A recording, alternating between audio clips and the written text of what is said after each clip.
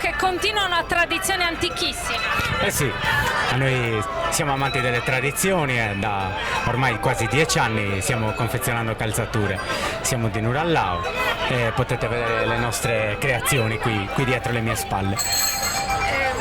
Chi compra le tue scarpe? Ma guardi, abbiamo una vasta clientela, dall'appassionato che ama il velluto e quindi gli piace vestire in velluto e lo scarpone fatto su misura, ma anche l'agricoltore che ha necessità di avere un bel paio di scarpe robuste per la propria attività. Sì, ma in generale noi ci occupiamo anche di pelletteria, facciamo un po' a 360 gradi, vendiamo molto bene anche online.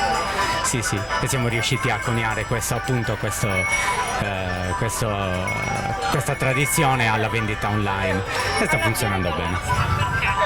La fiera di Ollastra perché è un punto ormai da secoli, credo, in cui pastori e allevatori vengono qui a scambiare i loro prodotti e noi come tali siamo qui, ormai è una tradizione di famiglia, ormai siamo il 18° anno che veniamo qua, quindi dai.